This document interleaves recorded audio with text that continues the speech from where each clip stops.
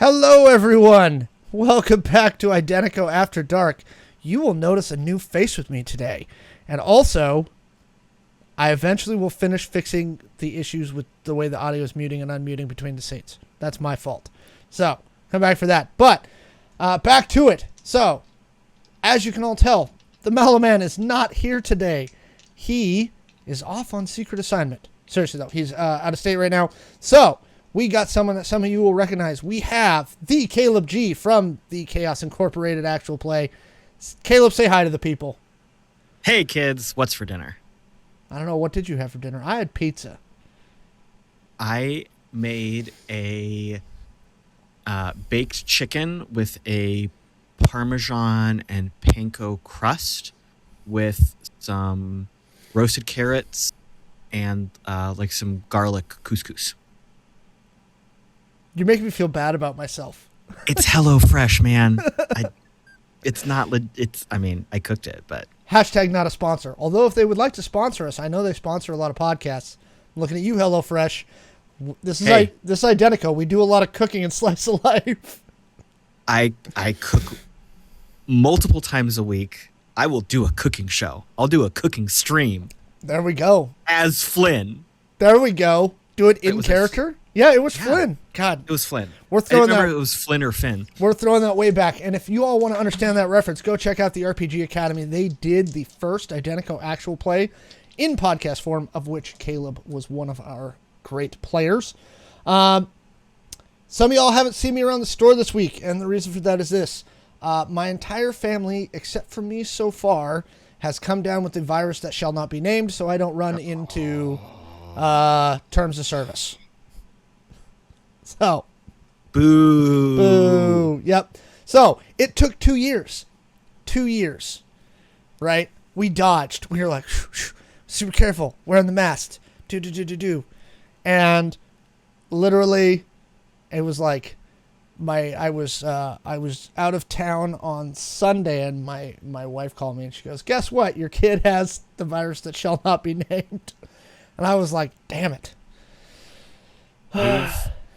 We're still knocking on wood over here, and my wife works in the hospital industry, so I have no idea how we got this lucky. I swear to God, I know a bunch of people now who throughout this entire process have been very careful, who've come down with it just by me too, just dumb luck, especially these last couple variants.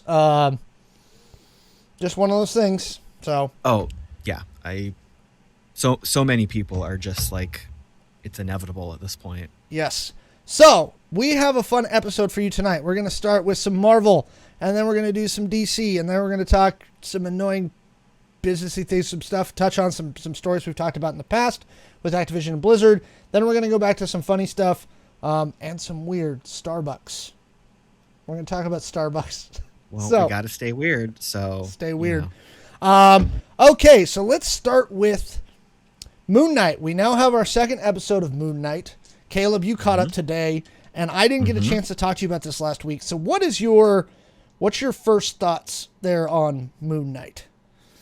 I am so far very impressed.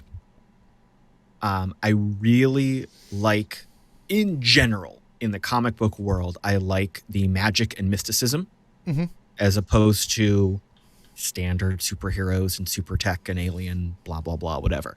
So I'm always extra intrigued when we actually bring in that mystical element. I love the fact that after so many freaking hours of movies, we finally have Marvel saying, okay, yeah, magic's a thing. Thank you, finally. I love Moon Knight as a character, first off. I love this take on the character. I love the visuals. I like the fact that we're getting crazy things on the small screen. I like that they are stretching themselves to do weirder stories and shows. And they're not just saying, all we're going to do is the big, stupid action movies. So I have a hunch about that. And that's this. I think that whoever's running programming, and and I think this is a lot of holdover from when Iger was still running Disney, and those of you in the chat know my feeling about Iger. So I think a lot of this is holdover from when Iger was running Disney.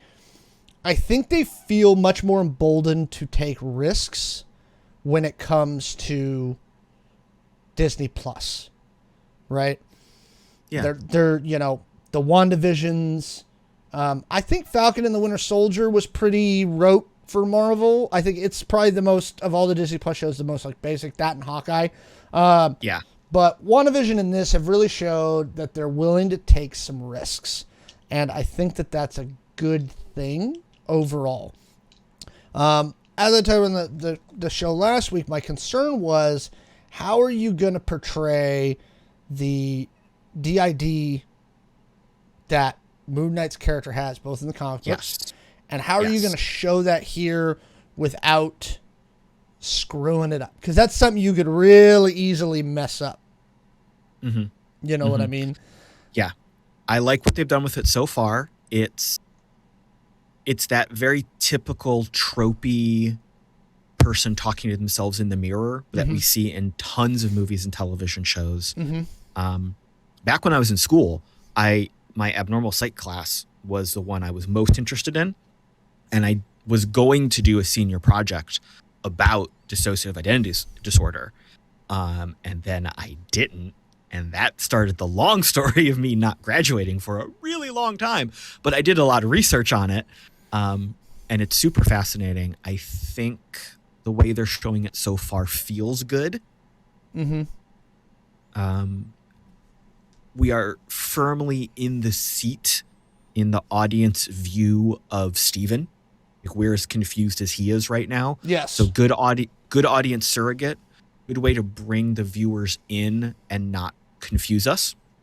I love the visuals. Let me rephrase that.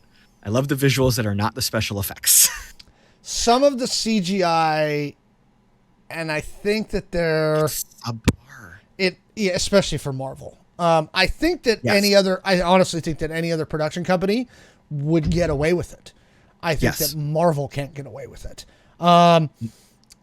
That being said, I think the worst of it has been, there's been a couple jarring ones of Moon Knight himself, right? So minor spoiler for episode 2, and this was an interesting thing that they did that doesn't happen in the comics this way, is that when he's Steven, he's a different version of Moon Knight. Now, that version of Moon Knight exists in the comics. It's the Mr. Knight character, but he's not the same. And I liked their way of explaining it, and I liked the way that they did that. And I think that's going to be an interesting tell, and actually, I think it'll be a good visual tell for later. If we continue that. If they continue that, as to who's running that meat body at the time. I agree. I like the fact that we got the superhero landing. Yes. Because that's just funny at this point. Marvel knows enough to make fun of itself, which is good. Thank you. I liked the back and forth between Steven and Mark. I think they're carrying that off pretty well. I don't think there's many other actors besides Oscar Isaac, though, who could pull that off. He is the perfect casting for this role. Hands down. I love the visual depiction of the moon god. I forget the name. Khonshu. Yeah. I that isn't like a perfect visual, but it's enough of a dissociation. Okay, this is a depiction of a deity. It's okay to be kind of creepy. I love how it looks. I love the floating head with the beak, the skeleton. Yeah. I love how it was kind of popping in and out of the background. The scene with the lights in the storage facility. Loved that. The popping of the lights, and you saw him kind of flickering in and out of the background. Yep. It's really reinforcing the fact that a lot of this could still be argued as being part of Steven's disability. It could be in his head. Right. Yeah. Yeah. I also really like Ethan Hawke as our bad guy. Who's not that bad a guy.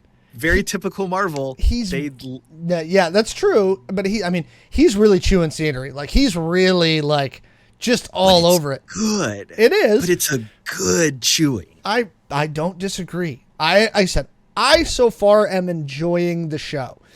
There's only a couple of things, and to me, it's certain tropey writing that almost has to be there, but it bothers me. I don't think it probably bothers the general audience, but as somebody who writes and who studies media and who does all this stuff, it really bugs me. You know, it kind of pulls me out of it. I hope that in future episodes we got a little more Moon Knight on the second episode than we did in the first, because we only got that really brief visual of Moon Knight in the first episode. I'm hoping that's going to continue to like expand, like how much Moon Knight we actually get to see. Yeah. I'm really, again, I think this show has a lot of potential to be one of the best that Marvel's done. I got no issues right now. And I said, I think the casting they've done is great. I kind of want to get some flashbacks. I wouldn't mind getting some flashbacks as to the deal he made with Khonshu and the stuff that Ethan Hawke's character is kind of hinting at, like the history of Mark Spector. Yeah. That's really, I'd like to see them do some of that stuff. I could see a little bit of a flashback now that we are in Egypt going into the third episode. Mm-hmm. We've only got 6 episodes, so we don't have a lot of time to do a ton of world building. No. And here's the other interesting thing on the world building thing. Every other show, and maybe it's because the other shows have been so connected to what Marvel has done in the past, they're all connected. Mm-hmm. So far, I have not seen any direct reference to the MCU at all. Right. Me too. I'm really bad at picking up details, so I'm hoping there's some like super subtle thing somewhere. But I also super hypocritically like the fact that it's not part of the MCU. I kind of hate the fact that the MCU exists the way it does. I think it's supposed to be, and that's the thing. And so now it's got me wondering, especially since right at the tail end of this show, and we're gonna talk about this in a second, Multiverse of Madness drops. So yes. Obviously we had the big multiversal stuff with Spider-Man. For those that don't know, there's some wonkiness at the end of the Morbius movie that has to do with the multiverse. And it's really badly done. It's apparently, I haven't seen it, I've only been reading. And apparently apparently Matt Smith's the only good part of that. So somebody I saw in the chat mentioned Doctor Who earlier today. They were watching some Doctor Who. Apparently Matt Smith is the only good thing in that movie. And that's a stretch because Matt Smith is a lot of the times. So if you're a big Matt Smith fan, maybe go see Morbius for Matt Smith. Since the beginning, first off, Morbius has never been one of my favorite villains. And I thought this one was a little bit of a stretch. I don't know the order that they make these in, because they had Venom, which they did well. Then they had Venom 2, with Carnage, which I thought, fine, good. We're kind of on the right track. I don't know why this was the one they picked next. It doesn't. I don't see what Sony's thinking there. I don't know either. I heard, though, that a lot of what we've seen in Morbius. Language. Some of it was planned prior to the Spider-Man multiverse. So I think Sony may have been trying to eke out their little corner of the multiverse, and then Disney was like, no, we're going to smash everything into Spider-Man, deal with it. And now they're trying to pick up the pieces. I mean, you definitely could be right. That could be the case. This movie was actually done filming before COVID. It's been delayed and delayed and delayed and delayed and delayed. Mm-hmm. There's been a lot of rumors that there was reasons, and they didn't let the review embargo up until 23 hours before the movie came out. which tells you something. Like I said, I mean, it was bad. Real quick, just a quick stop on Moon Knight before we move on to our other multiversal stuff. If you haven't noticed, there are QR codes in both episodes. They're hidden in the scene, but something neat that I think is kind of fun that they're doing, and I would never have thought they were doing this. And you can go check out on IGN how to access it via your phone.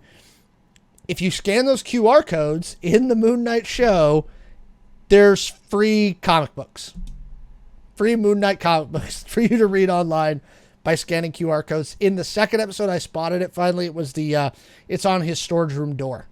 Yep, that one was really obvious. I missed it in the first episode. Yep, I was like, oh look, there it is. So yeah, I was watching it today, and I got past that scene, and I'm like, wait a minute, that was a blatantly obvious code. It's got to be something. So I rewound it and scanned it, and there we go. Moon Knight. No, it wasn't Moon Knight. It was Night of the Werewolf. Yeah, like one of the first appearances of Moon Knight. Yep. Yeah. So back when he was just Batman. So on that, and on the idea of Moon Knight not having any direct references and things like that, and with Multiverse of Madness coming, I have a theory. I think I'm probably wrong, but I'm wondering if he's in a different corner of the multiverse right now. That was just said in the chat a few minutes ago. Oh, did they? Alternate dimension would make sense. Yeah. I think that might be it, because here's the one that I was waiting for. I was waiting for anybody, and chat, tell me if I missed it. Nobody's mentioned the blip. Correct. I didn't see it in the show. And in my mind, first off, everything has mentioned the blip. And here's the thing. To me, culturally and within the MCU, from a story-writing perspective, it makes sense, right? It's like how after 9/11, no one could stop talking about 9/11, right? Mm-hmm. Now take that kind of a tragedy and expand it out to a whole planet-wide event where half the population disappeared for 5 years. These people would be talking about it for decades, right? There'd be ABC specials about it, right? Like, the fact that no one's even mentioned it or there's been no reference to it makes me suspicious. Also, this show ends right around the time Multiverse of Madness comes out. Mm-hmm.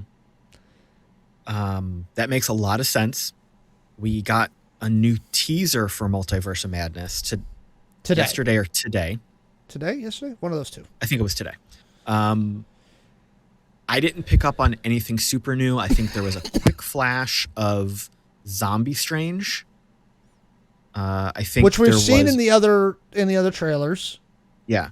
There was a quick flash of some superpowered glowy thing, so that's probably a Captain Marvel version. I was wondering if it was Marvel, the original Captain Marvel. Could be. Could also be... God, I'm so bad with names. Is it Monica? Monica Rambeau. Yeah, could be her in a different version or a powered-up version. Could be. We had a lot of Wanda and a lot of references back to the WandaVision show. And, I mean, this movie is long. And kind of going back and looking at the No Way Home trailers and then how much was not in those trailers versus what we saw in the film. And this Doctor Strange's runtime, for anybody that doesn't know, is the same as No Way Home, making it tied for the longest Marvel movie besides Avengers Endgame. It's long. So they're obviously they got the other character in there. Is it America Ferrera or something like that? Yeah. They are jamming a lot in this movie. We know that Patrick Stewart's in the movie. Because he said he wasn't. Well, no, because they showed him in the preview. The last preview, you heard him. Yes. And then in interviews, he denied doing it. Of so course. That absolutely means he's in it. Yep. So, right. I don't know. I just... If they're giving away the reveal that Professor X is in this movie, that means there's something even bigger that they're holding back. Yeah. Yeah. And I don't know. I mean, Professor X was part of the Illuminati in the comics. Yep. And that was a big part of the multiverse. Yep. We know a lot of, but we also know a lot of the upcoming phase 4. We do, but this phase is wonky, right? Right. We got Love and Thunder coming next, which is... Who the fuck knows what that is? No one knows what that is because... No one knows what it is. We know it's Thor. We know it's going to be in space. We know Natalie Portman came back. Right. We know it's going to be a Thor Guardians jam up. Yep. So that's going to be interesting. We're getting the Guardians Christmas special. It has goats. It might have goats. Howard the Duck, 86. You know what? We did get our Howard the Duck cameo, so we know Howard exists in the MCU. I wonder if they're going to retcon, though, a little bit about some of the collector stuff being from other dimensions when we start actually getting different realities. You know what? That's probably what's going to happen. We know through Loki, we've already breached all these variants. Yep.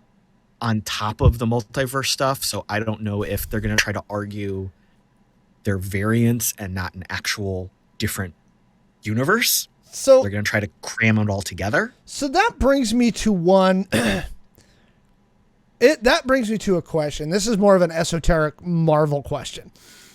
Because I was watching an Honest trailer the other day on YouTube about the first 2 Ghost Rider movies. You remember those with Nick Cage?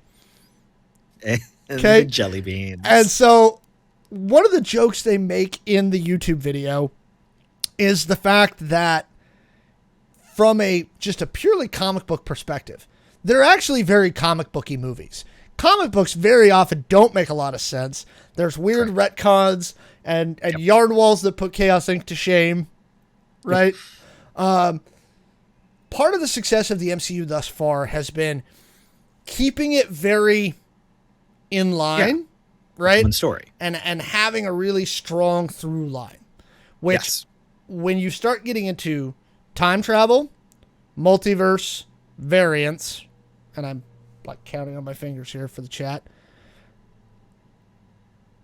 Where it gets messy. It gets really, really messy, really, really fast. And I wonder can they keep it straight enough for the general audience? Because that's what's been the success of these movies, is the fact that you don't have to be a giant comic book fan.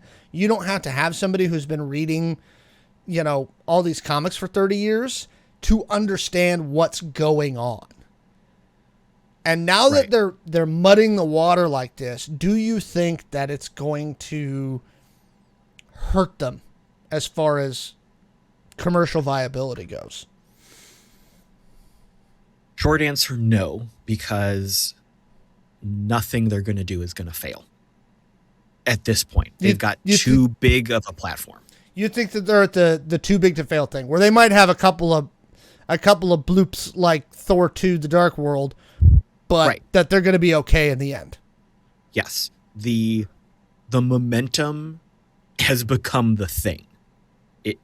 You don't not see what's going on with Marvel. Eternals. Somebody in the chat just brought up Eternals. Here's the thing. Eternals made money. Eternals was just weird. It fits within the MCU. Eternals should have been a Disney Plus show. Kinda, yeah. You know what? It was weird.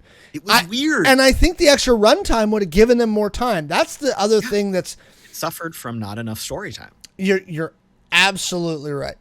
That's one of the beautiful things about Disney Plus, and actually just all the prestige TV stuff, is, when a season of Game of Thrones is 11 hours long, those first 5-6 seasons before they started shortening it up, that gives you a lot of screen time to do stuff, right? And I mean, you break 2.5 hours on your movie, and you're you're running into you're running into issues, you know. Right. You need to bring back the intermission.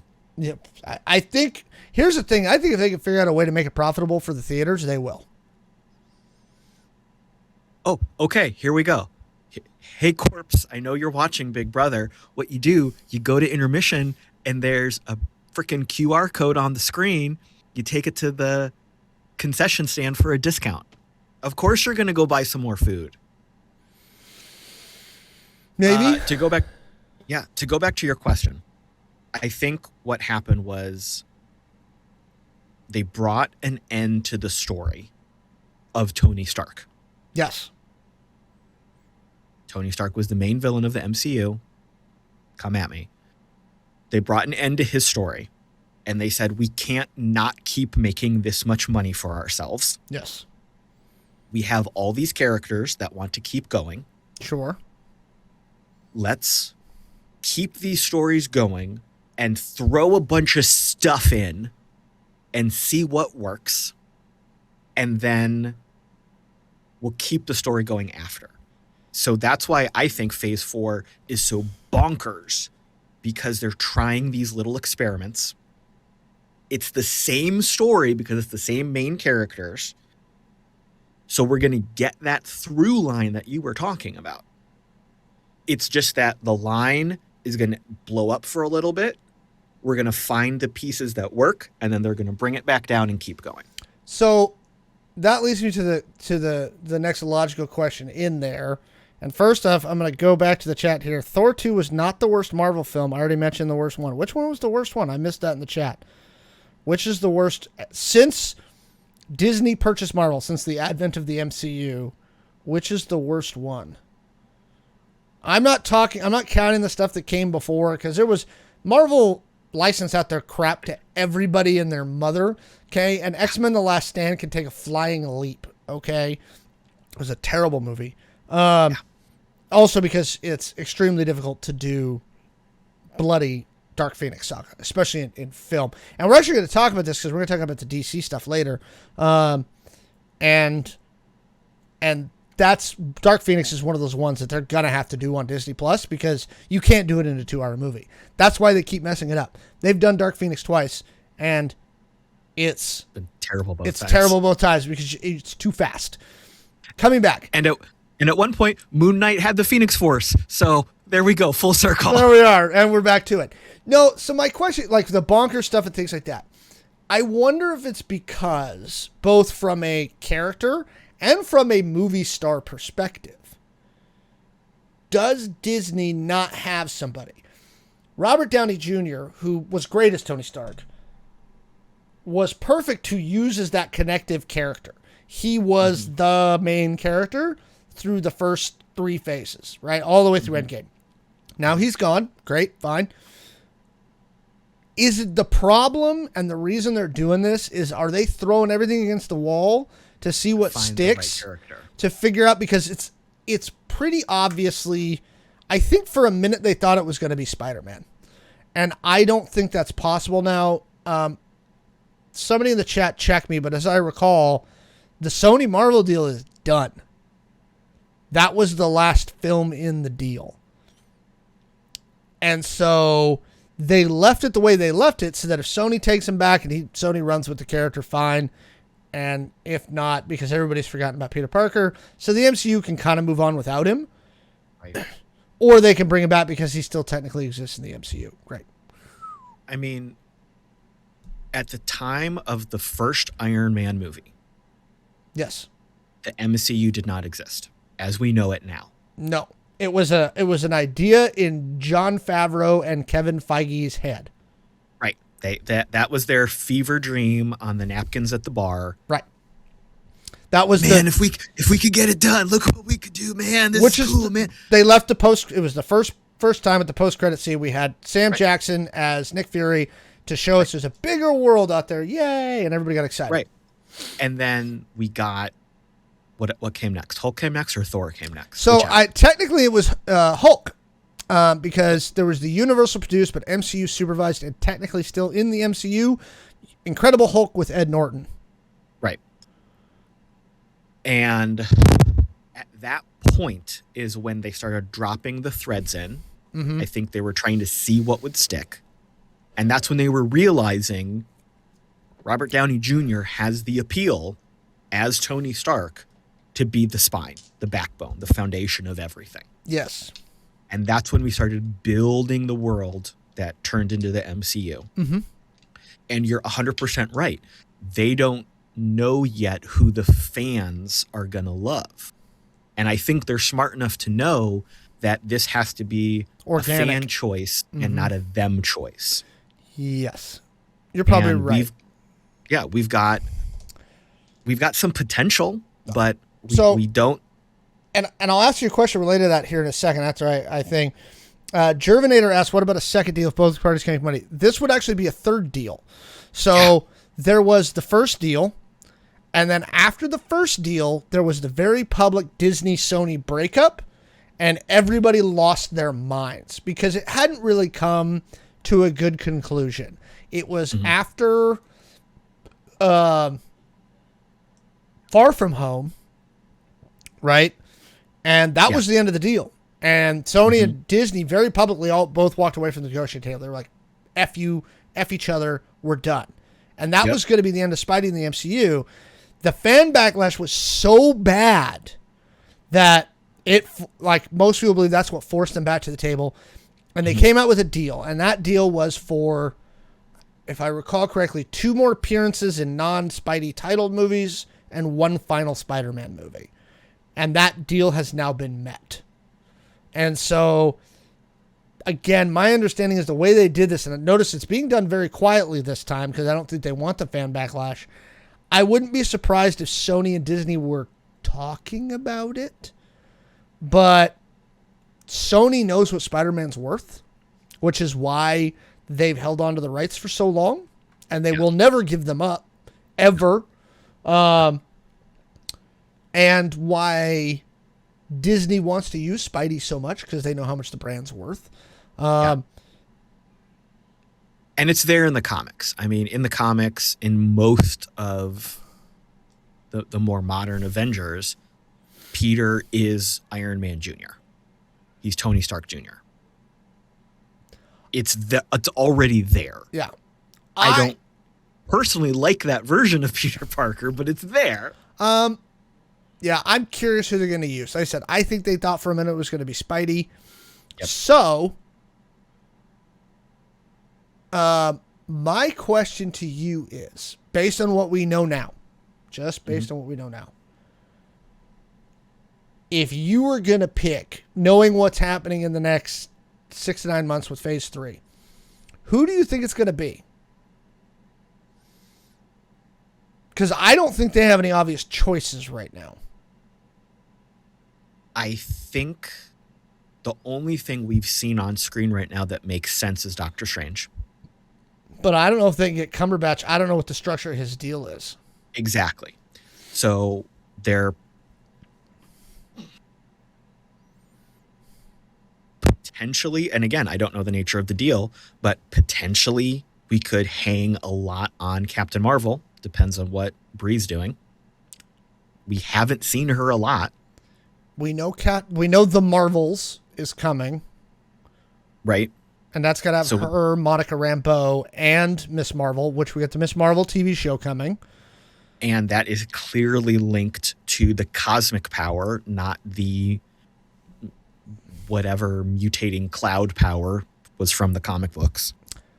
You're right. So to go back to the chat, they're throwing in some things. It might be Adam Warlock. I don't think so. I think because Adam Warlock, I think, is supposed to appear in Thor: Love and Thunder. I believe will be the first. I mean, we saw all the parts where he should have been there with the Infinity War, and he wasn't. Nope. But we have seen the incubation chamber. I think we're gonna see Adam Warlock in Thor: Love and Thunder. I think I read somewhere they've casted somebody for the role.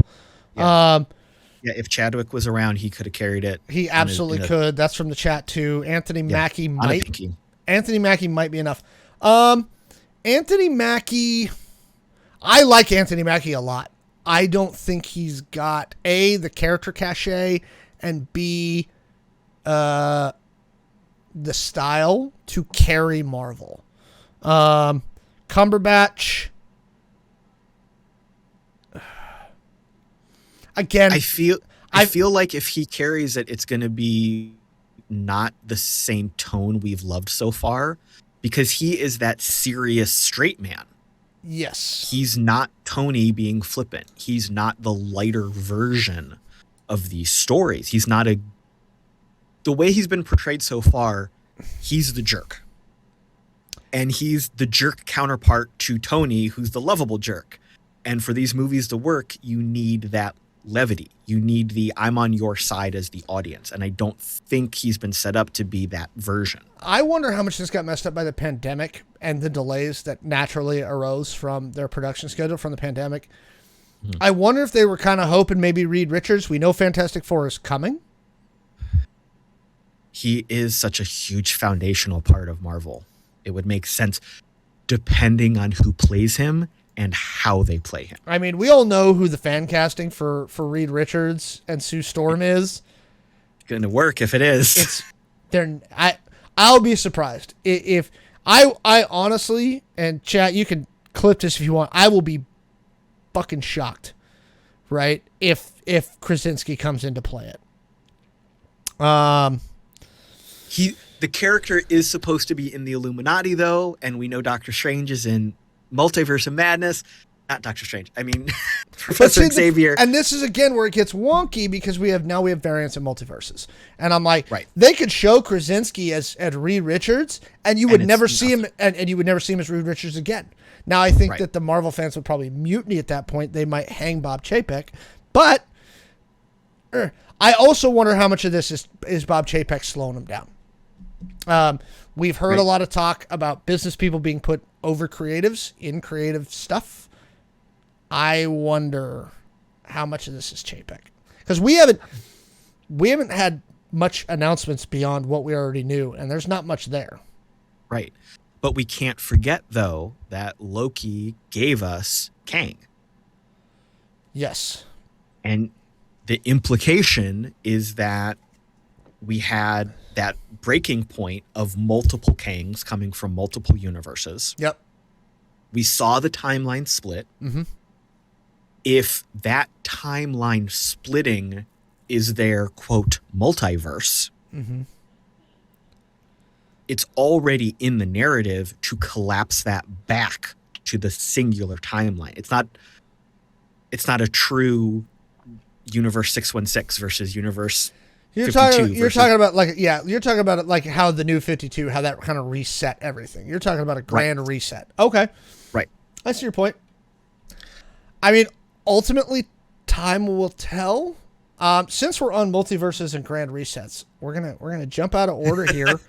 I know what you're jumping to. The Flash. So for those that don't know, Ezra Miller has been in some hot water lately. Now, this is not the first incident he's had. Back in 2019, there was a big incident in Norway or Sweden. Check me on that. Iceland, one of those Nordic countries where it was cold. It was cold and foreign. And he basically choked a woman and pushed her to the ground, and they kind of played. They were like mental health issues and one time thing, and they kind of moved on. Warner Brothers pretty deftly at the time was like, sweep. Let's just not talk about this. That being said, Ezra Miller's back in the news because he's doing some bananas stuff again. And apparently Warner Brothers, according to, where did I get this from? Variety, I believe. They're basically like, we're done. We're pausing everything with Ezra Miller. It's too much. And so there's been talk of recasting the Flash in the DCEU. Now, the Flash movie in the DCEU is seemingly cursed, right? It's definitely cursed. It's been done for a while. It's been delayed. They had huge creative differences. They had multiple writers attached, then gone. Multiple directors attached, and then gone. We finally started getting some trailers. We thought it was coming out this year. They showed that big sizzle reel. Look what's coming in 2022. And then a week later, they delayed it for reasons that this all happened before the Ezra Miller stuff came out. You know, we've got Michael Keaton coming out as Batman. This is going to be the big. They're doing, they're doing Flashpoint. right? Right. We know it's based on the Flashpoint storyline. And I'm gonna go to the chat already, and I'm gonna go. I'd love to see the guy from the TV show as Flash for the movies. I'm with you. Yes. Grant Gustin, they should bring him over to the movies. And here's the thing: there's precedent for it in canon, because when they did Crisis on Infinite Earths on the CW, right? The CW DC universe, right? The CW DC universe, when they did Crisis, the Ezra Miller Flash and the Grant Gustin Flash, meet up. Hey, what's up, buddy? How's it going? What's up, buddy? It's a very brief cameo, but it actually is formative for their canon. Mm-hmm. In that they could just roll right through it. They're like, replaced, done. Because we know that in their multiverse, and they've actually established a multiverse there as well, because they've already done Crisis on Infinite Earths. They've reset. And they've collapsed down to one universe. And then, well, back out to the 52. But yes, they left all their CW stuff on one thing until recently, and now there's another one, because they just added a new one with Naomi. Which, if you haven't heard about that show, me and Mallo, we talk about that show. We've talked about it a couple of times. If you haven't seen it, go check it out. It's a pretty good DC show. Chat says, chat says it was choking a woman in Iceland. Thank you very much for checking me on that. Knew it was in one of those cold countries in Europe.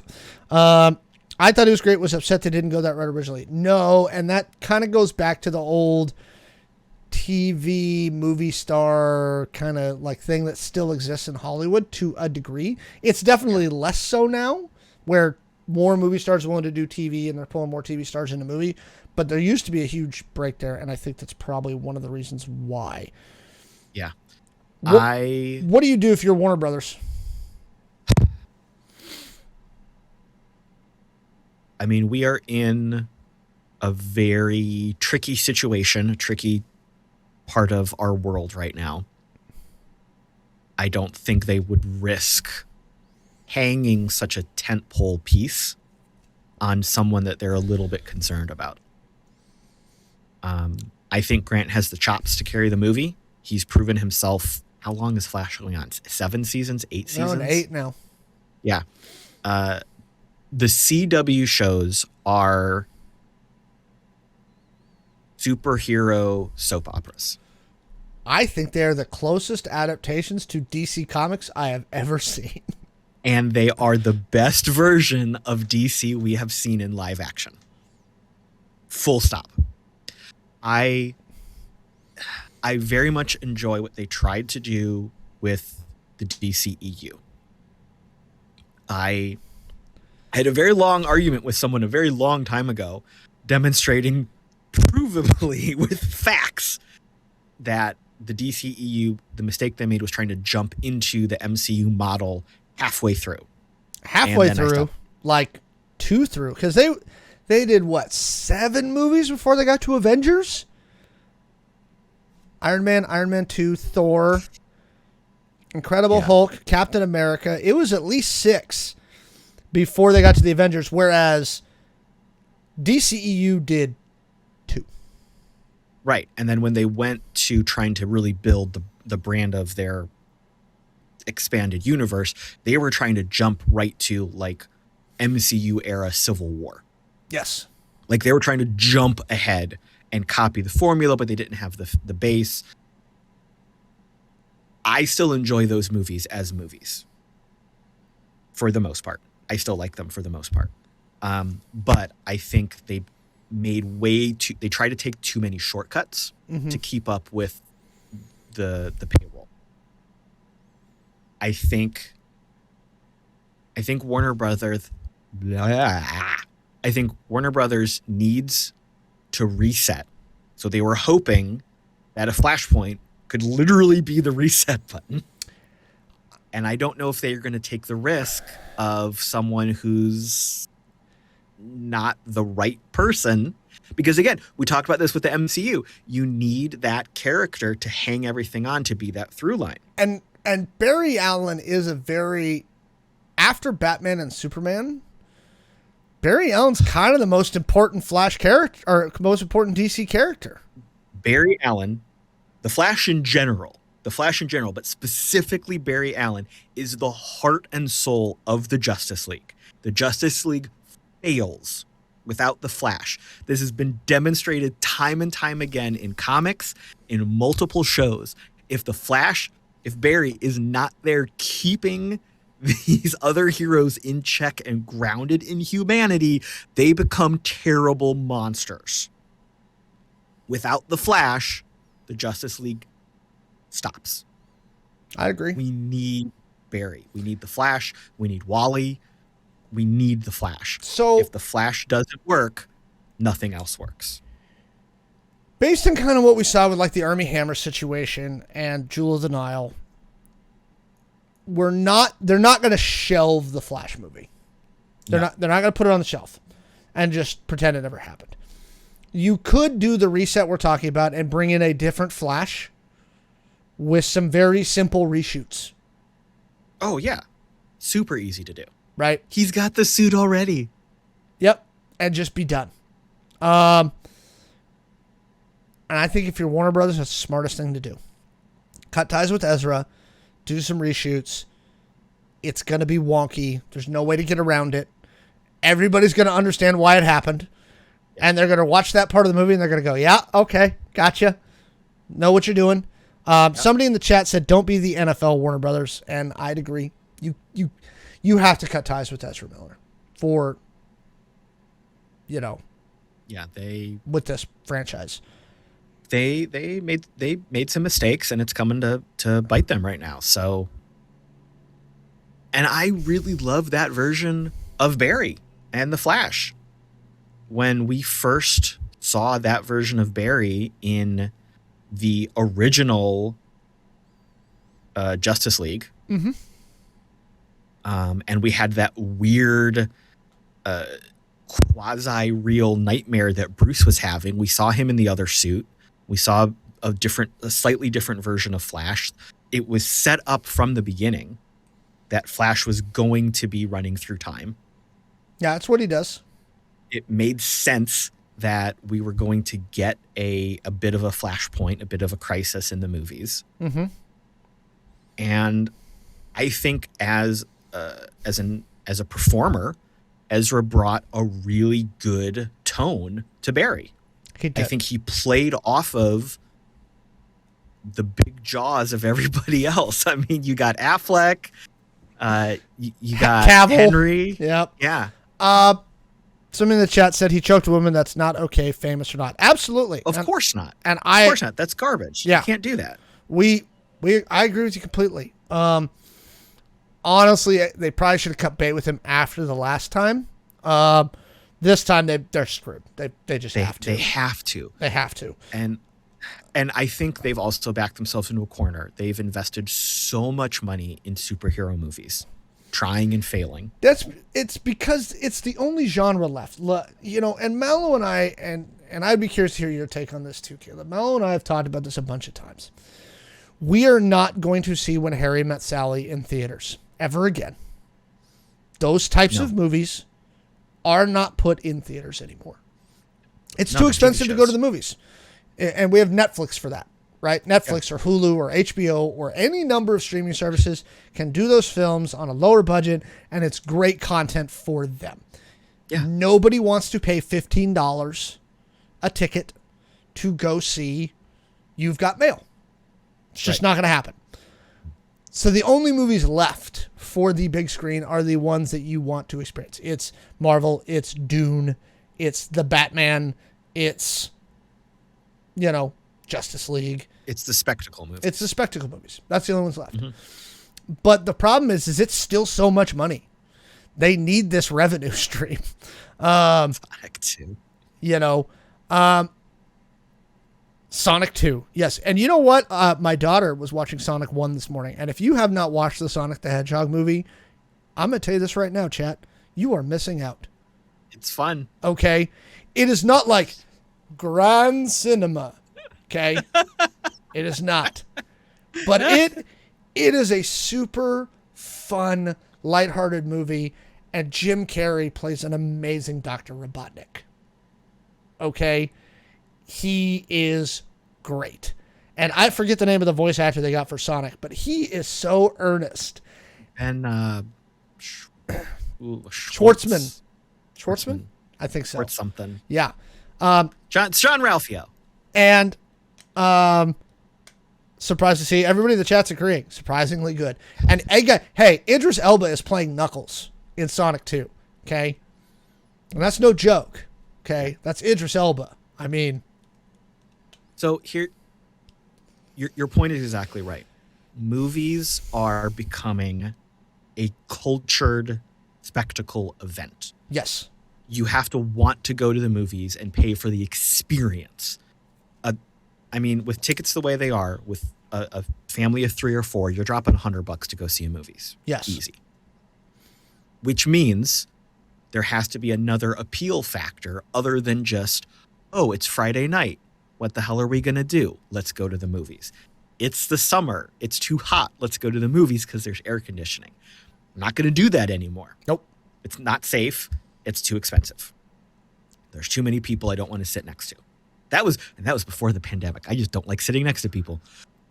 So that's why we're seeing all these movies that are based on existing proven properties, whether it's a book, a video game, a cartoon, because marketing-wise, there's already an audience. There's already a connection factor. Yep. Like you said, Harry Met Sally is a story of 2 people doing a thing. I don't know who those 2 people are. I want to watch that on Netflix. And I can say this is garbage. I don't care. Yeah. You're not out anything if you leave after half an hour. Yeah. If I spend $100 to go to the movies, I'm going to sit through the entire movie and it better be good. And I think also a lot of actors are getting tired. So if they can sit in a chair and record for an hour and get paid an ungodly amount of money, they're going to do it. So they're going to do cartoons. They're going to do voice acting. They're going to be Knuckles when you're Idris Elba. Yes.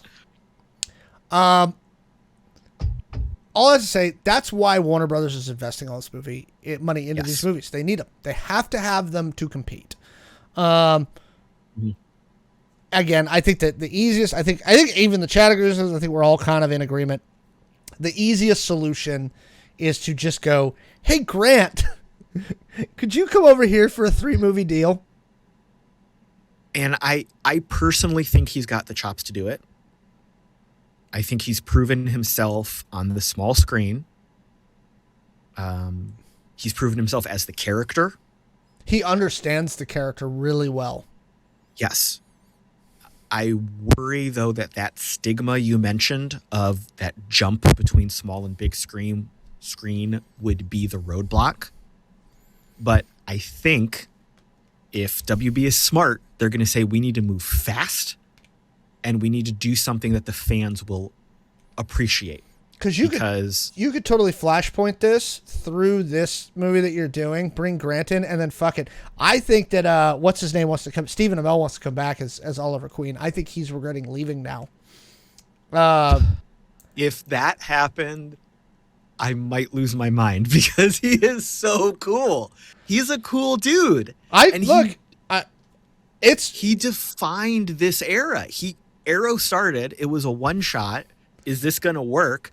And look at where we are now. We've got how many spin-offs, how many seasons. And here's the thing. It expands the audience of comic book movies and all this stuff. And the point that I'll make is my spouse, who was before all this, was not into comic book stuff. Like she's been like gradually geeking out as she, has been with me. She was the one that turned me on to Arrow, about watching Arrow. And now, The Flash, and I think that part of this is that this is the downside to long-form TV, where they're 22-episode seasons. It's had some issues in the last couple seasons, and I think it's because they're like, I think their writer's room is struggling a little bit. I think this would be a good palate cleanser. I think they need to fix all this, but yeah, I mean, the fact that they put it on the CW and what it's been, it's brought new people into the genre who probably wouldn't have been there otherwise. And I don't think that's a bad thing. And it redefined the genre. I think it proved you don't have to do the big budget popcorn movie. You don't have to do the MCU level of effects and polish and massive size. You can do a smaller show, a smaller product, and still be a good story. Yeah. Now, by no means am I saying every story on the CW comic book universe is good, but they've swung for the fences. And done well most of the time. Yeah, but they can also reset. In a show like that, when you've got so many episodes a season, you can reset when you do something wrong. Yes. You can do something crazy and say, oops, it was a dream. Oops, we can time travel without screwing up the next 15 movies that you have on the books. Yeah. I mean, geez. Legends of the whatever the crazy one is. Yeah, Legends of Tomorrow. Legends of Tomorrow. That is the most bonkers batshit television that exists. Pretty much. Oh no, they went full after Crisis happened. They went full freaking gonzo. Like with that show. And you're right. It works for them. It's fine. They've done some really good stuff with it. And let me just say that Matt Ryan as Constantine is perfect. The best thing ever. If he does not continue to be Constantine, I'm going to be upset. But I can bring him back too. So yeah, staying on Warner Brothers for a minute. HBO. Okay. So, and this kind of also brings us back to good old Robert Downey Jr. So prior to Iron Man, Robert Downey did a duology of Sherlock Holmes films, right? With Jude Law. And they were glorious and terrible. They were hilarious. Now, I have read the entire collected works of Mr. Arthur Conan Doyle's Sherlock Holmes. I will fight you with facts that is one of the closest adaptations on screen we have seen to Conan Doyle's version of Sherlock Holmes. I agree with you. Right. He was not like an effete little dude like you saw in like the Basil Rathbone days, all those. No. Sherlock Holmes was like, I hang out on the streets. I do heroin. And I hang out with drug dealers and pimps and criminals. When he is introduced to Watson in Study in Scarlet, he's like, yo, I do drugs. I stay up all night playing violins. I hang out with criminals and prostitutes. Are you okay with that? And Dr. Watson's like, yeah, dude, whatever. I don't care. That set the tone. Yeah. It was great. So now HBO is currently in the process of developing a third movie in that Sherlock Holmes universe. But apparently on top of that, and maybe they're taking a Disney move here, right? Good old Warner Brothers, is they also want to develop a series of shows that take place in that same universe. So like, I'm guessing it's like Baker Street Irregulars and other stuff that's happening in that weird Sherlock Holmesy pseudo-Victorian, almost steampunk, but not quite universe. Are they just swinging for the fences here with whatever they've got? Or do you think this could work? Both. I mean, we've already seen an expansion of... We've seen two different expansions of the Sherlock Holmes universe over on Netflix. We've got the Enola Holmes movies. With Henry Cavill. Right. And we had the Irregulars. As I think it's only been one season, but it is supposed to be the Baker Street Irregulars doing side jobs. Yes. I don't remember if that one dipped into the supernatural or not. I don't think it did. I never saw it. I haven't picked up on those. Me I had an issue with Henry Cavill as Sherlock Holmes. Don't get me wrong. I like Cavill, but I was like, when they were like, Henry Cavill as Sherlock, I was like, no, sorry. Nope, I'm done. I like Millie Bobby Brown. She's a sweet girl. She's a fine actress, but, nope, sorry. You lost me right there. Oh, right there in the chat. That was it. Lestrade. I think that could be the linchpin. It depends on how they portray him, because Lestrade in the books is not portrayed great.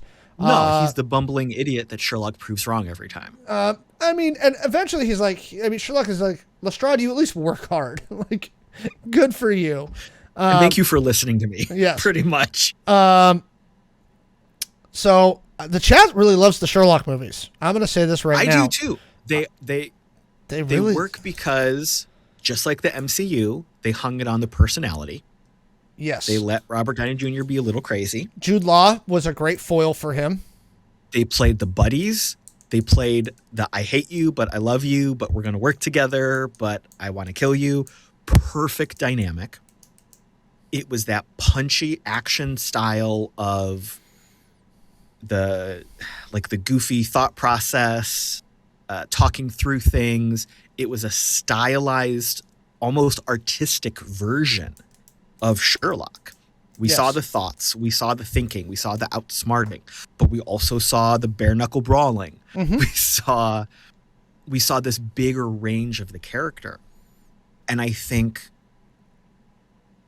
if that style continues, if we have like the big music driven kind of by the beat action kind of scenes, that's that trendy thing in the trailers. The soundtrack was amazing on those films. So if we see that tone continue, even if it's not those characters, the tone plus that same right dynamic of performers, it'll work. It'll be weird because how are we going to connect it? Are we going to be referencing the movies? Is this going to be before the movies, after the movies? Do we get to reference these characters? Did they show up in a letter that they write? Like, where's the connecting strings?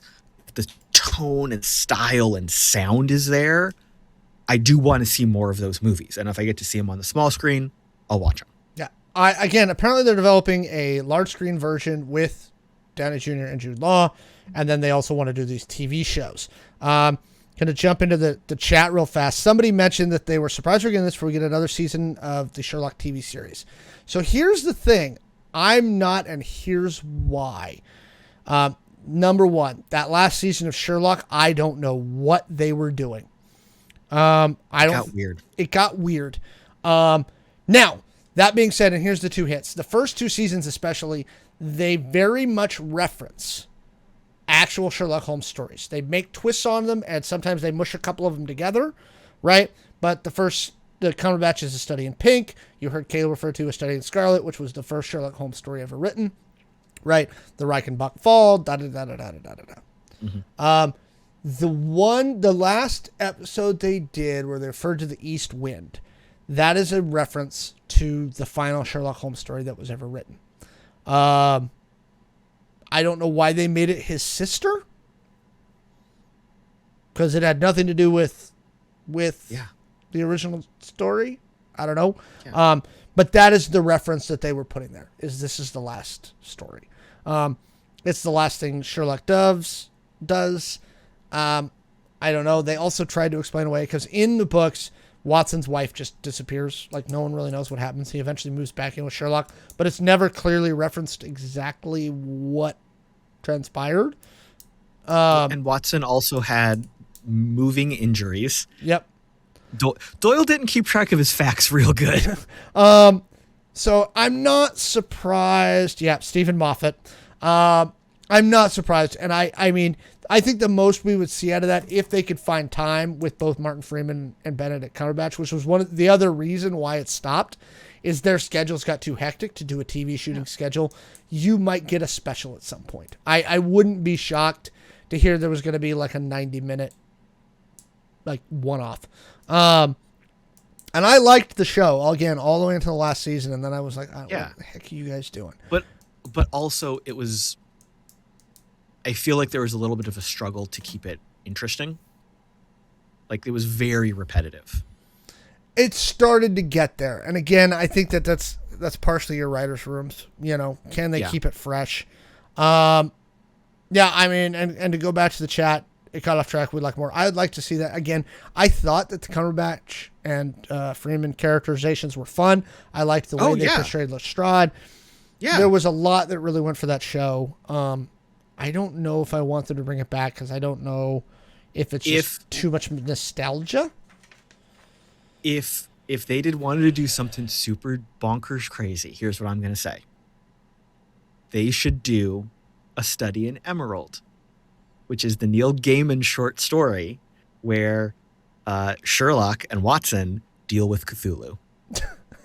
Give me that in a 90-minute special. Bring Gaiman on board to write it and do it correctly, and I'm sold. Okay. Yeah, I'm with you. So there we go. We're getting more Sherlock Holmes. I think it's going to be fun. Let's do a couple of quick takes before we get out of here. Let's start with the depressing one first. So Activision Blizzard has settled the sexual harassment lawsuit for $18 million. Now, this isn't over yet. California is still arguing that the EEOC, which is the federal agency that's doing this, that their motion to proceed with the settlement was in violation of California's right to pursue it on their own. EEOC is arguing that the California government had months to make the federalism argument, but instead did it at the 11th hour because they didn't like the settlement. The judge doesn't really like California's argument either because he feels like they did it at the last minute.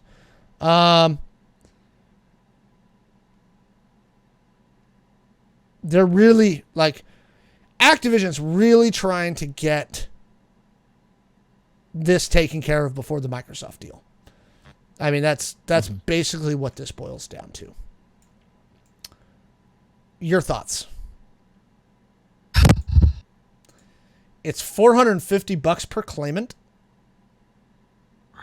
which is garbage. I mean, it's insulting. It is. It's terrible. It's corporations taking advantage of people. It's corporations flexing their muscles to get the courts to do what they want and find loopholes. They're trying to get it all hushed up and under the rug so it goes away before they can potentially make a lot more money. Eat the rich, start over, burn it all down. It's an $18 million settlement. They paid Bobby Kotick $150 million in 2020. Yeah. So this is not my only, but this is my biggest issue with this. You paid Bobby Kotick $150 million in 2020. And you're like, yeah, like 12% of that. That's enough, right? That's good. No. There's somebody in the chat said the payout needs to be $10,000 per person each. I'd agree. I think you'd probably be closer to $5,000. I think you could probably get out of them.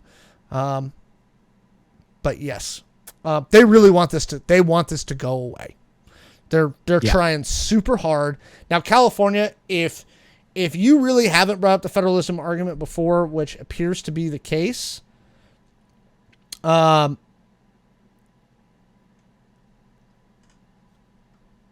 you screwed up. Okay? You shouldn't have let the EEOC go at this for as long as you have and then try and make the federalism argument now that they've got a settlement thing.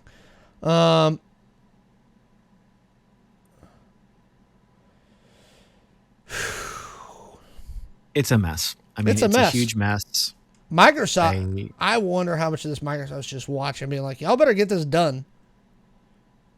Yeah, there's probably pressure on it from their side of things. Like, we got this deal in place. We're dangling the carrot on the stick. Yeah.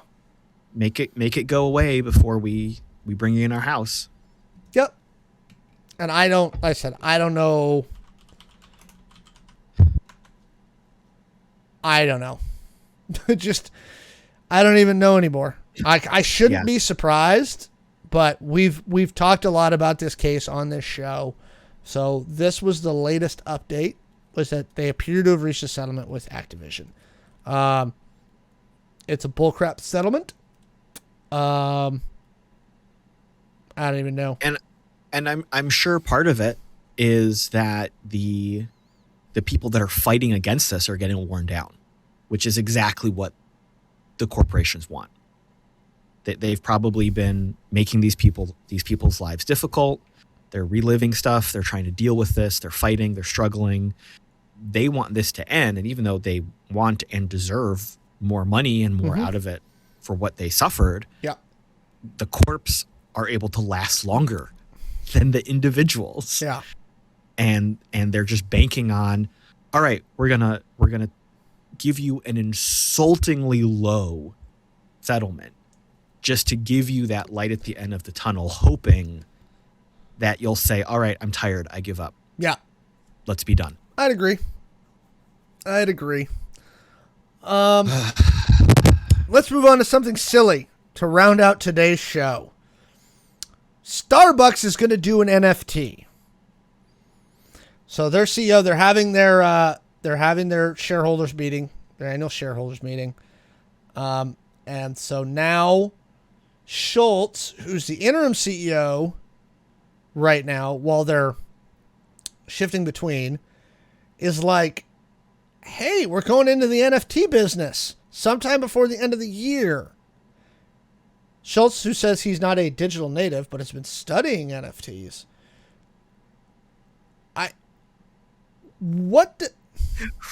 Studying NFTs is such a stupid statement because you know this because you've worked for some corps and you know this.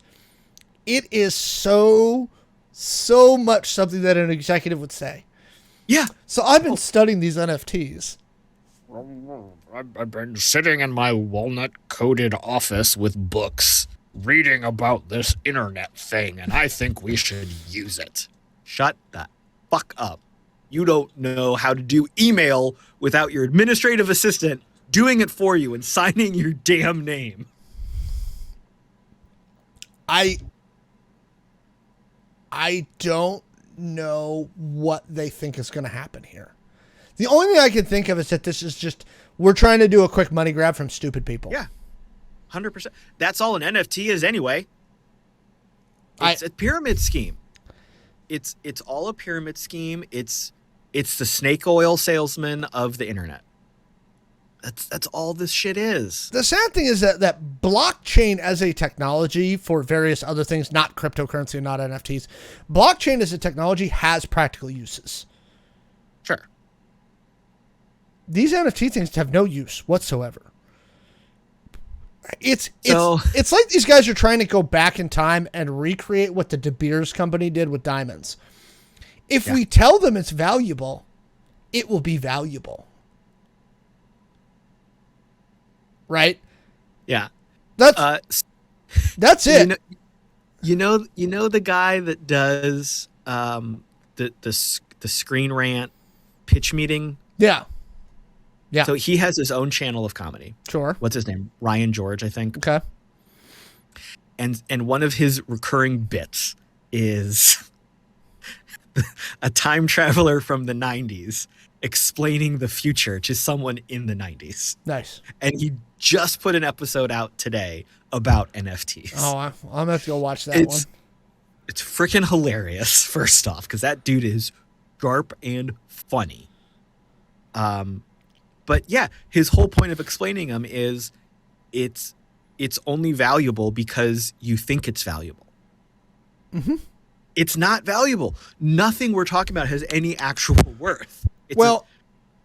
And so the funny thing about it is that the NFT market has dropped by 50% since January, right? Good. So if you've been studying NFTs, you'd think you would know that the NFT market has shrunk by 50% since January. Like, people are just a dummy. Here's the thing. Like, sometimes it's a matter of people don't understand it well enough to get involved. Mm-hmm. And there's time for technology to be adopted and things like that. And there's something about being an early adopter. But you have to be able to explain practically what the use of this product is. And this is the issue with crypto, right? It's always been the issue with crypto is you have to convince enough companies to accept crypto as tender, right? Yeah, we're not there. Okay. You have to convince the IRS to accept it as tax money, right? Yeah. And we're not there. NFTs, you have to convince people that this picture of the back of a beer can block, tell me that's worth something. Right. It's a social construct. It's almost as stupid as this collectibles thing that Jake Paul's doing right now. And I'm not even going to go down that road because, like, I read the article and I just wanted to throw myself through a bridge. I don't even know. Chat's telling me Nintendo and Sega said no to NFTs.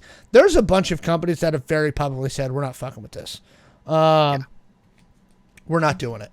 And I think it's a bad idea to do NFTs. Of course it is. It's if Johnny Do Nothing in his basement wants to get into this and live his dream of being a day trader and being a cool, slick 80s power suit, doing coke and making money, go for it.